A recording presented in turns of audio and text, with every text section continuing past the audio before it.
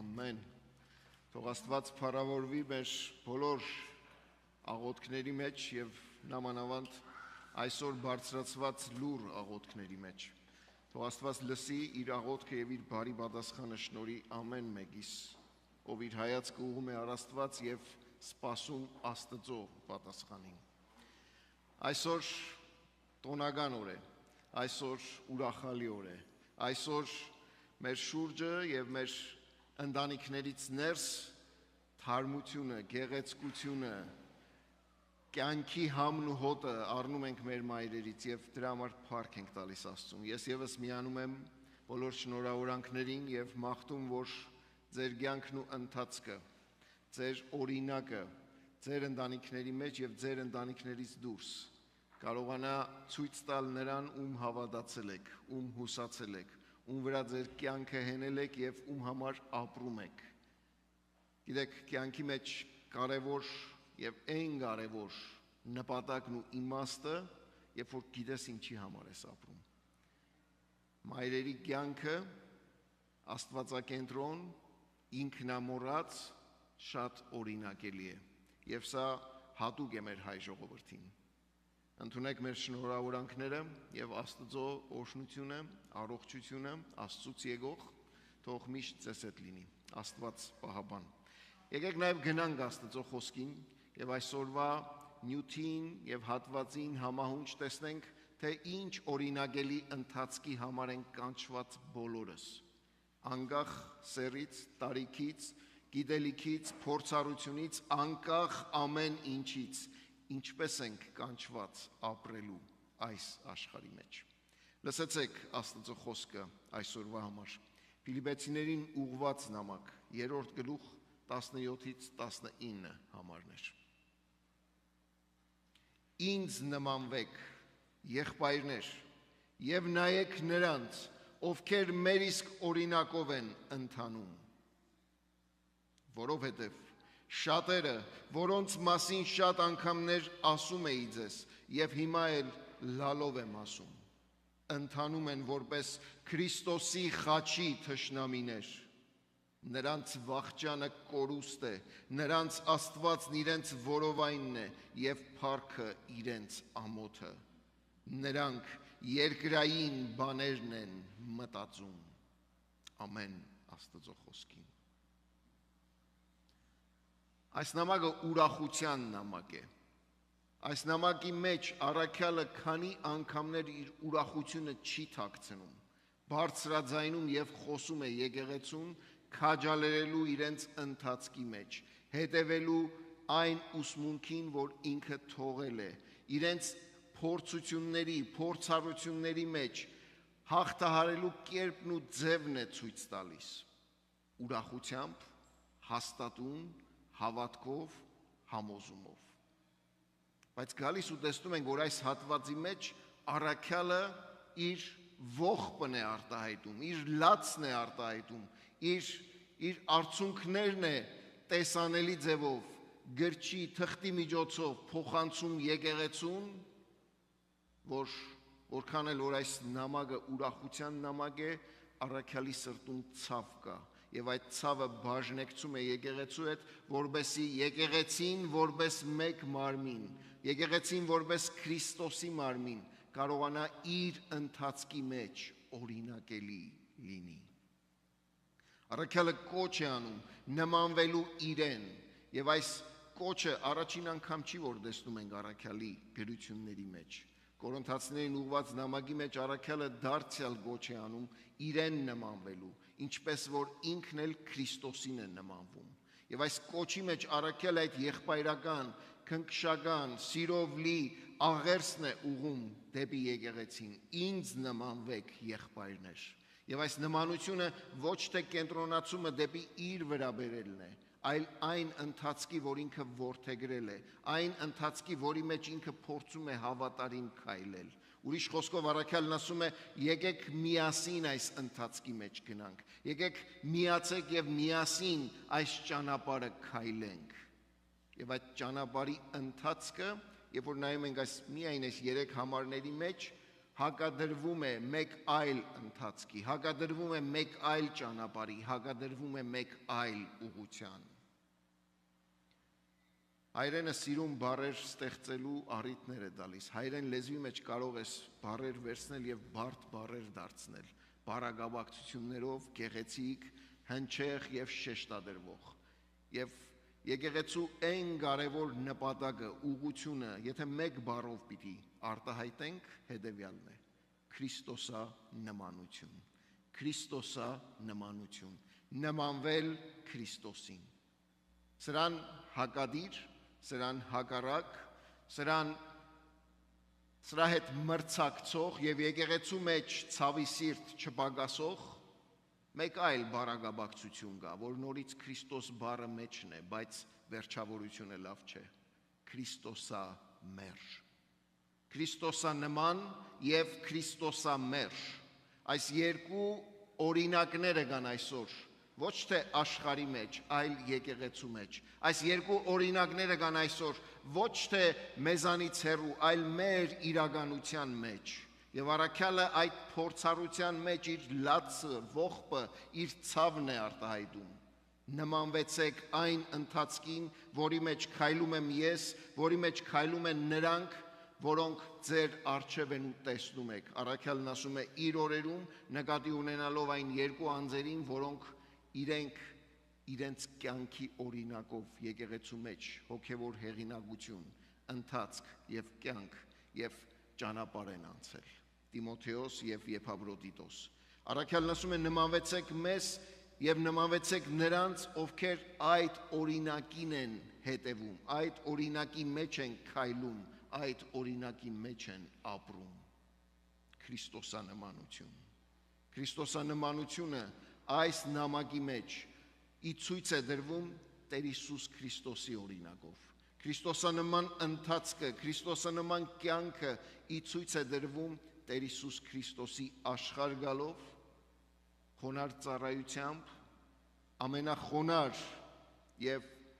սոսկալի մահով եւ հարությամբ ու փառավորմամբ։ Տեր Հիսուս Քրիստոսի օրինակը բացարձակ չափանիշ է այսօր եկեղեցու համար,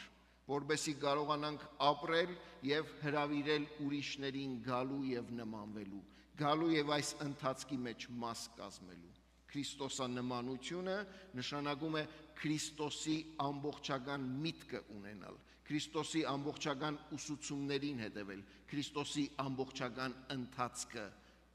վերցնել եւ հավատարմորեն քայլել։ Ամբողջական բառը կարևոր էր այս բոլոր նախադասությունների մեջ։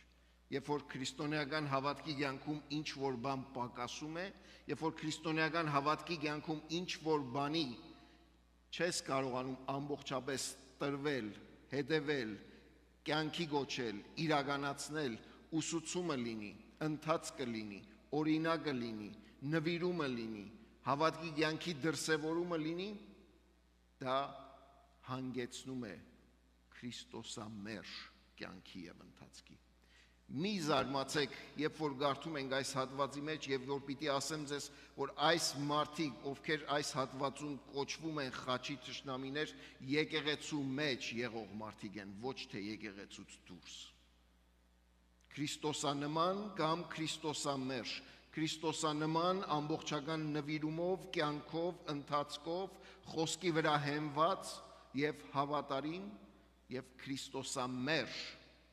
ովքեր ասում են Քրիստոսին են հետևում, բայց կիսատ, ովքեր ասում են, որ Քրիստոսին են հետևում, բայց ոչ ամբողջական նվիրումով, ոչ ամբողջական հասկացողությամբ ու համոզումով։ Առաքյալ այս հատվածում խոսում է երկու ուղղությունների մասին։ Ֆիլիպպեի եկեղեցում կային հրյաներ եւ հեթանոսներ։ Եվ արդեն երրորդ գլխում առաքյալը շներ է անվանում բոլոր նրանց, ովքեր մտնում են եկեղեցի եւ փորձում Քրիստոսի բերած փրկության, առաջարկած ճանապարհի հետ այլ ճանապարհներ խառնել, այլ ուղիներ հարթել, այլ մոտեցումներ բարթել եւ փաթաթել հավատացյալների պարանոցին։ Առաքյալն ասում է, որ այս մարդիկ շուն են, որովհետև իրենք իրենց ընթացքով, իրենց անհավատարմությամբ փորձում են ուրիշներին եւս ներքաշել այդ ճանապարհի մեջ։ Առաքյալը իր լացն ու ողբն է հայտնում եւ սրանց անվանում Քրիստոսի խաչի թշնամիներ։ Չկա ավելի վախեցնող, սարսռեցնող արտահայտություն, քան այս արտահայտությունն է՝ Քրիստոսի խաչի թշնամի։ Ինչպես կարող է եկեղեցում հավատացյալ իրեն գոչող մարդը դառնալ Քրիստոսի խաչի թշնամի։ Իր օրերում առաքյալը երկու տարբեր ուղղություններ ուներ, որոնք տանում էին այդ ճանապարհով եւ ինքնաբերաբար նրանք, ովքեր քայլում էին, դառնում էին Քրիստոսի խաչի թշնամի։ Առաջին, բոլոր նրանք, ովքեր հրեական արմատներով եկան դեպի քրիստոնեություն, հավատացին Քրիստոսին, ընդունեցին Քրիստոսին, բայց ասացին, որ Քրիստոսի կատարած գործը խաչի վրա բավարար չէ, պետք է բաներ ավելացնել։ Առաջին թշնամիները, կամ եթե այսպես կատեգորիայից կարող ենք անել, դասակարգել, առաջին թշնամիները նրանք են, ովքեր փորձում են Քրիստոսի կատարած գործի վրա, փրկագործության վրա այլ բաներ ավելացնել, մտածելով, որ պակաս է, մտածելով, որ կիսատ է, մտածելով, որ թերի է։ Եթե սա Պողոսի օրերում գար, այս օրերի մեջ, ինչպես կարող է սա սողոսկել, մտնել եկեղեցիներից ներս եւ անհատներին, որոնք անկեղծ հավատքով եկել են դեպի Աստված, հանգարց դարձնել խաչի թշնամի։ Բոլոր այն համոզումները, բոլոր այն ուսուցումները, բոլոր այն մոտեցումները, բոլոր այն գործնական դրսևորումները, որոնք կիրառվում են եկեղեցիներում եւ եկեղեցիների միջոցով, որպեսզի մարդկանց դեպի իրենց քաշեն, մարդկանց դեպի իրենց գրավեն, մարդկանց հուզական, զգացական հողի վրա փորձեն ինչ-որ բաներ ավելացնել, որպեսզի հրապուրիչ ու գրավիչ դարձնեն Քրիստոսի ավետարանը, սրանք հավելումներ են, սրանք կենտրոնը, ուղղությունը, նպատակը վերցնել եւ շեղել է այլ նպատակի վրա, այլ հարթակի վրա դնել է։ Պողոսի օրերում այս մարդիկ գալիս եւ ասում էին, որ ավետարանը լավ է, Քրիստոս լավ է, բայց որպեսի փրկությունն ամբողջանա, պետք է սա անես, պետք է սա ունենաս, մարմնիդ վրա, պահեցողությամբ, ընթացակարգերով, սովորություններով, օրենքներով, կարգերով ու ձևերով։ Այսօր որքան ենք լսում եկեղեցիներում, Աստծուն մոտենալու համար պետք է այսպես աղոթես, այսպես պաշտամունքի մեջ լինես, այս մոտեցումով, այս ընկալումով։ Ավետարանը զերծ է բոլոր հավելումներից, ավետարանը պաշտպանված է, ամբողջական է եւ Քրիստոսով կատարյալ է։ Այնինչ որ փորձում ենք ավելացնել, սա եւ այս ընթացքը դարձնում է թշնամի Քրիստոսի խաչի։ Երկրորդ խումբը, որ Պողոսի օրերում կային, սրանք էլ հեթանոսներն էին։ Եվ այդ հեթանոսական փիլիսոփայության մտածելակերպի մեջ, որ հին աշխարհի մեջ շատ կար, եւ նաեւ առաջի դարի եկեղեցիներից ներս մտավ, այն մտածողությունն էր, որ մարմինը եւ ինչ որ երկրային է, չար է։ Եվ այն ինչ որ երկրային է եւ չար է, անպիտան է։ Եվ եթե չար է, անպիտան է, ուրեմն գործածելու իմաստը չկա, դրա մեջ սրբություն, մաքրություն,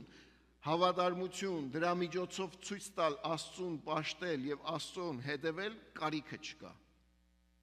Սրա մյուս ծայրահեղությունը ոչ թե ավելացնում էին Քրիստոսի ավետարանի վրա, այլ բաներ էին պակասեցնում։ Դու կարող ես հավատալ Աստծուն, բայց ինչ կուզես արա քո մարմնի հետ, ինչպես կուզես ապրիր քո ֆիզիկական կյանքդ այս աշխարհի մեջ, կեր, խմիր, շնացիր, մարմնիդ բոլոր ցանկությունները, աչքիդ բոլոր ցանկությունները, ինչ որ կուզես կարող ես անել։ Առաքյալն ասում է, որ բոլոր նրանք, ովքեր ոչ միայն ավելացնում, այլ նաև պակասեցնում են, ոչ միայն ավելացնում, այլ նաև փորձում են անհատին, հավատացյալին իր կյանքից ու ընթացքից, իր ամբողջական մարմինը, ընթացքն ու կյանքը, հոգի, միտք, մարմին առանձնացնել եւ դրա մեջ ու դրա միջոցով իրենց շեղել, դրանք եւս Քրիստոսի խաչի թշնամիներ են։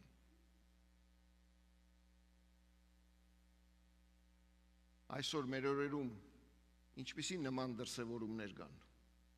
Այսօր մեր օրերում ինչպիսի նմանատիպ դրսևորումներ կան։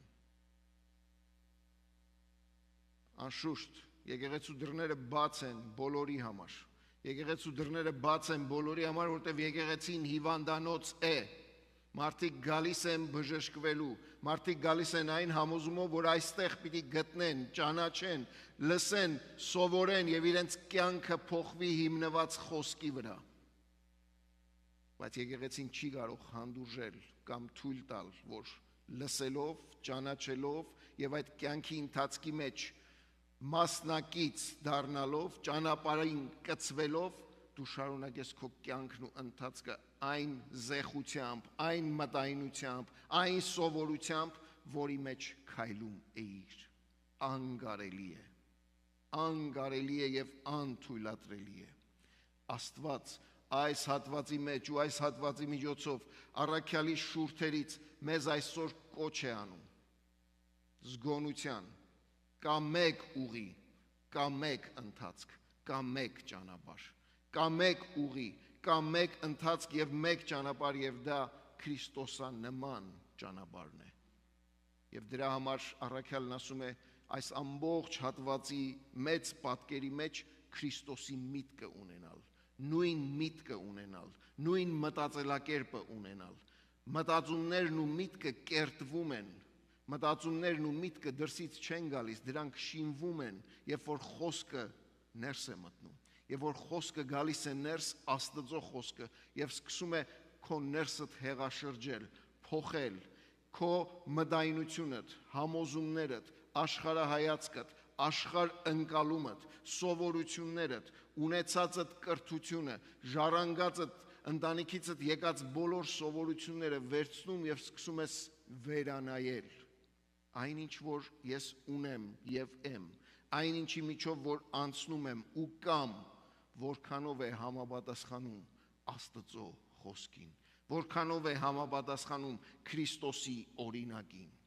Քրիստոսի միտքը ունենալ նշանակում է Քրիստոսանման մտածել, ապրել ու վարվել։ Իսկ դրա համար միակ ձևը, միակ տարբերակը Աստծո խոսքը լավագույնս սովորելն է, ճանաչելն է, սերտելն է եւ ապրելն է։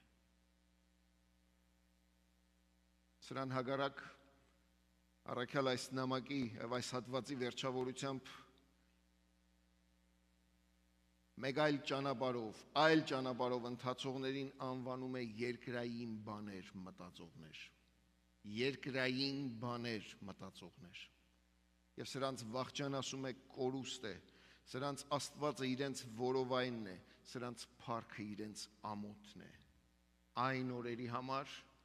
այն պարտադրանքների համար, որ եկեղեցիներում սրանք դնում էին, առաքյալը նման ձևով է պիտակավորում, բայց ուզում եմ շեշտադրել պատճառը, որովհետև սրանք երկրային բաներն էին մտածում։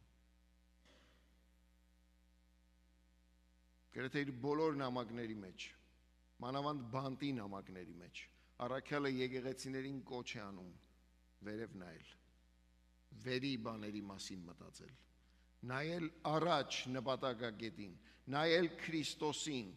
միտքը, սիրտը, վարմունքը, վերաբերմունքը, կյանքն ու ընթացքը վերանայել Աստծուն Քրիստոսի միջոցով ունենալով որպես օրինակ, ուրիշ ոչ մեկ օրինակ, ուրիշ ոչ մեկ համեմատություն, ուրիշ ոչ մեկ չափանիշ։ Եվ այս իմաստով երկրային բաներ մտածողները տագավին շարունակում էին եկեղեցիներում լինել այն օրերում եւ տագավին շարունակում են եկեղեցիներում լինել ցավոք սրտի այսօր։ Եվ առաքյալը իր լացը չի թաքցնում, իր ցավը չի թաքցնում։ Այսօր որպես եկեղեցի, մենք ընտրության առջև ենք։ Ինչպիսի եկեղեցի ենք ուզում լինել։ Քրիստոսանման, թե Քրիստոսամերժ։ Երկնային բաներ մտածող, թե երկրային բաներ մտածող։ Ինչպիսի օրինակ ենք ուզում լինել այսօր, այս քաղաքի մեջ եւ այս շրջապատի մեջ։ Թող Աստված ամեն մեկիս շնորհ անի, որովհետեւ այս խոսքի մեջ ու խոսքի միջոցով կարողանանք ամեն մեկս քննել մեր կյանքը, մեր ընթացքը, մեր համոզումները եւ նայել մեր միտքը ուր է, որքանով է հաստատված Քրիստոսի մտածողության մեջ, Քրիստոսանման մտածողության մեջ։ Ամեն։ Եկեք Աստծո առաջ գանք աղոթքով նախ ոտքի վրա, մեր անձերը բերենք Աստծո առաջ եւ այս հատվածի խոսքերի հիման վրա նայենք մեր ընթացքը, նայենք մեր կյանքը, նայենք մեր անհատական կյանքը, նայենք մեր հավաքական կյանքը, նայենք ինչպես կարող ենք այս խոսքի հիման վրա մեր ընթացքն ու կյանքը Աստծո ուզածի պես դարձնել։ Պիտի խնդրեմ, որ ամեն մեկը ձեր կանգնած տեղերում, ձեր նստած տեղերում, ինչպես որ հարմար է, ձեր լուր աղոթքը բարձրացնեք առ Աստված։